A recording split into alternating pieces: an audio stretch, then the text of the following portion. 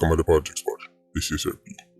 Now, today I'm going to talk about the abundance of rifles in the Ironman in the hands of 87s. Mainly the AR style weapons. Days gone by, only the most senior gang members could lock off a rifle. Now every 87 have one.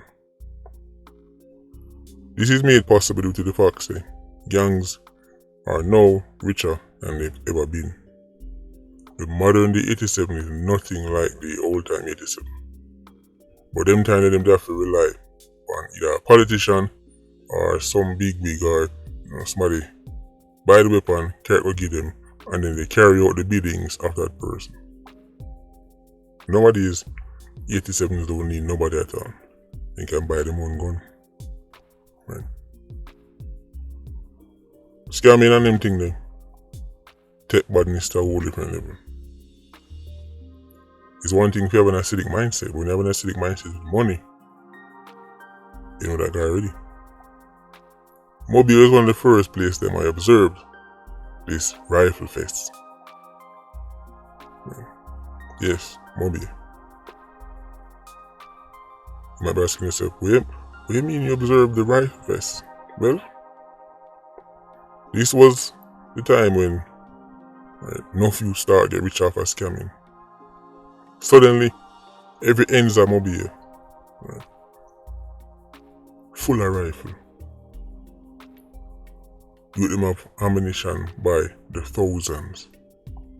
They could engage the security forces all night. 87s a fire shot all night.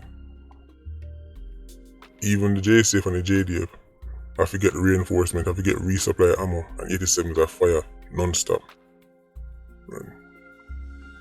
And this is even going back if you even want back to the Stone Crusher days. Been a good while now. Garden man them also had a lot of rifles, but they did have a link, with the. Let's just say them have for them on the thing and go on with one of the islands. Ports them and could have bring in things fast, easy, and cheap. But Iron Man as a whole, 87 them are full of rifles. As I say, Bobby and man them, Garden man them sure.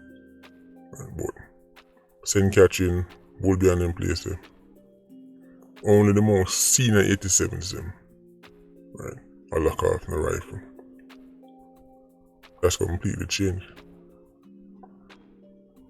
87 you see on the thumbnail and the camouflage. Guy named Bruce did a video on him, he's now dead. Spanish Stone 87. Days gone by, 87s below a certain ranking of the gang couldn't even smell a rifle like that. They might have to sit down and watch that pass from hand to hand. Them can't lock it. Them can't go for no criminal operation with it.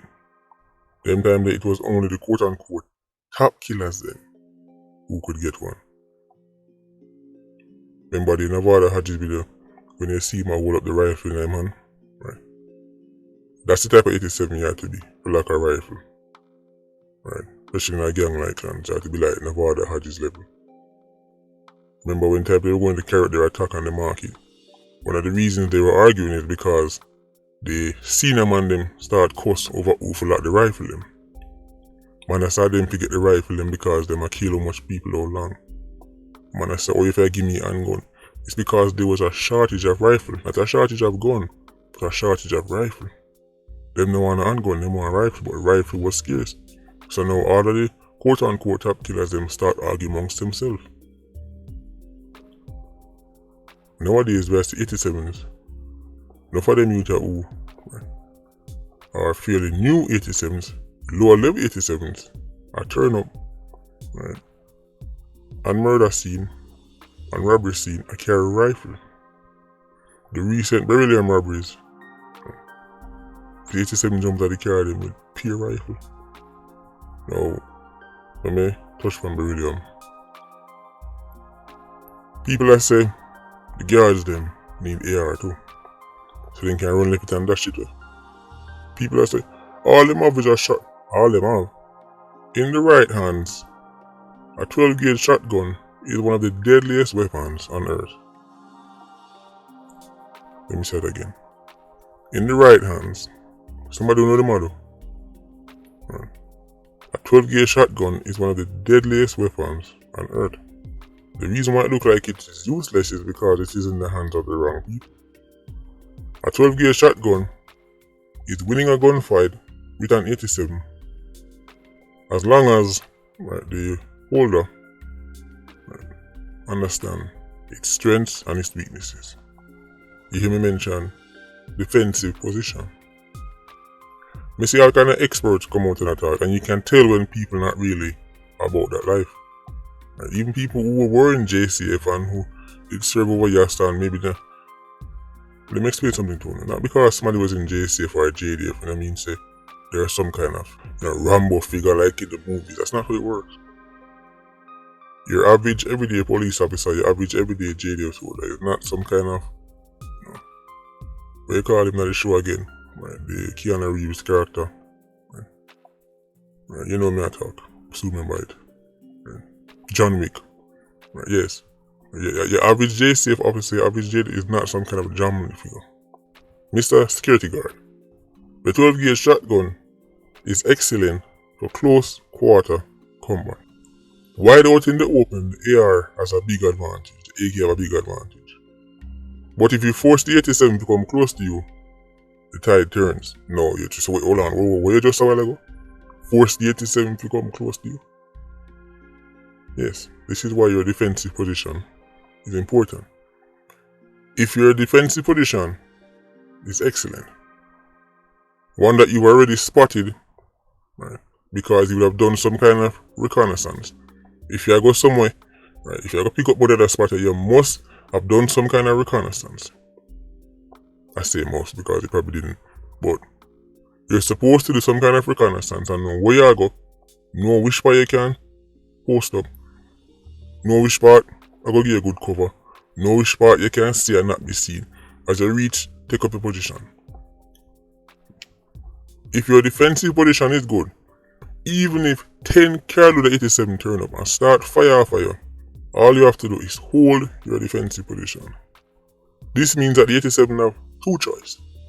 If either have to go come close to you or take away themselves, and either way you win. Because if you take away yourself, that's the most ideal situation. But if you come close to you, now he's in 12 gauge territory. And let me tell you, there's no 87. Not this scenario, man.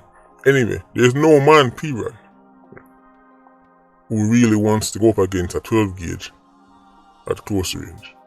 But this wide open thing, we're not going with. The 87 with the rifle can stay at great distances and just fire for you. You start running up and down. People that say there's nothing you can do because enough of them, that's complete rubbish. Complete rubbish. Here is a fact. In all the robberies, there has been only one moment where the 87s got put on the back foot. That was in Portmore. What happened in Portmore? A single licensed firearm holder with a 9mm made, 2 caliber 87s take with himself. A single licensed firearm holder with a 9mm. He didn't have an AK, he didn't have an AR-15. He didn't have a Barrett 50 cal. He had a 9mm and the 87s retreated. When you look on the car they were driving when they abandoned it, over to Austin side, you could see one of the round them went straight at the back glass of the car the 87 them drive. Effective. One licensed firearm holder with a 9mm. Don't tell me say 2-3 guard with 12 gauge shotgun and all kind of handgun and can't put up more of a fight.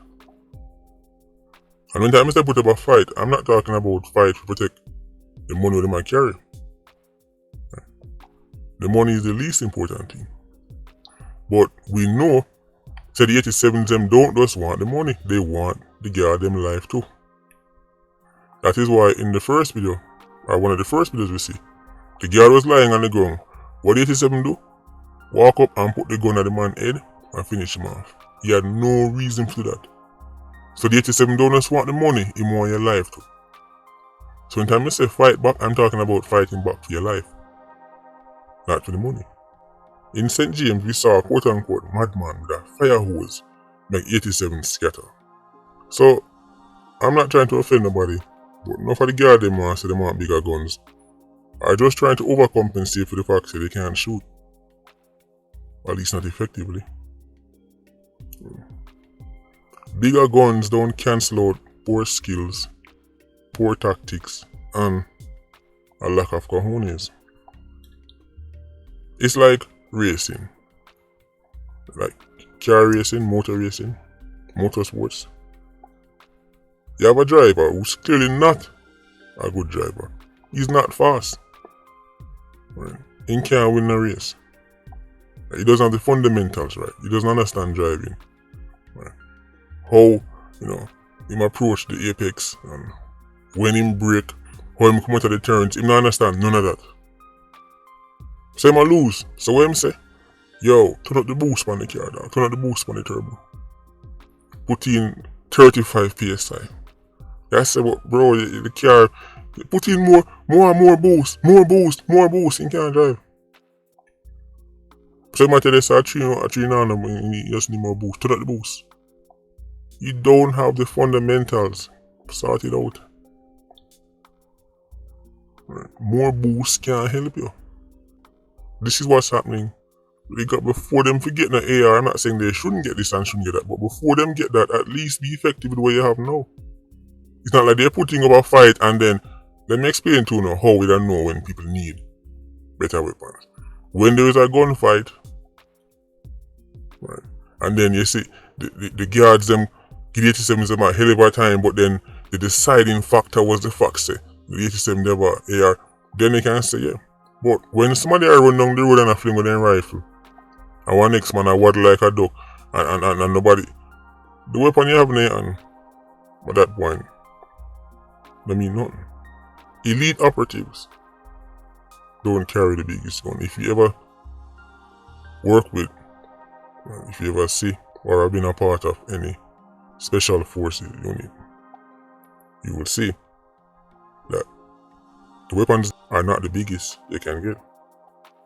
Oftentimes the weapons are extremely, matter of fact, smaller, right, lighter is often will get picked.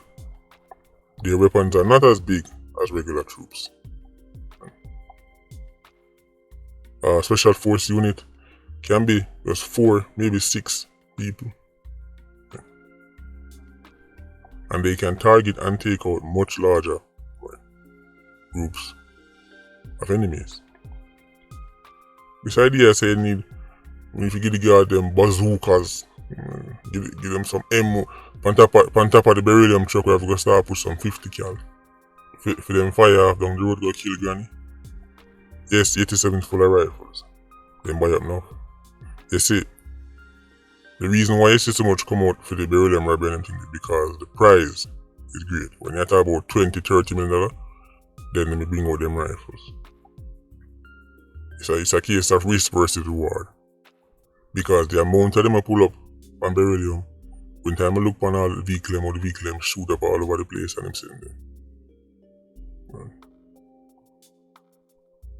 They were not effective with their weapons either. But as so much of them, somebody bound to hit some. Right, let me say.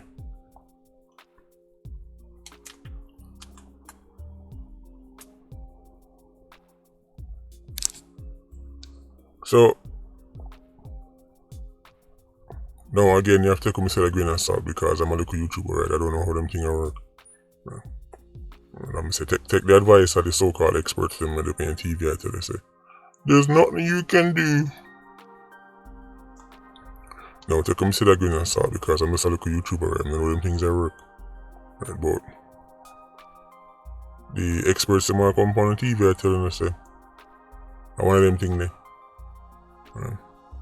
Nothing you can do. No, take me to the grain of salt because I'm just a local YouTuber. I don't really know them things that work. But what I'm saying is, them can do better. Them can do much better. If the foundation, if the fundamentals not right, the type of weapon in them hand, I mean nothing. A sniper doesn't become a sniper just because he has a sniper rifle. If you think they can just buy a sniper rifle and hit a target 1.2 kilometers away, link me for a unicorn. Anyway, Patreon squad, big up on yourself. Yeah, you don't know, more life. Ultra squad, see you circling. Bless.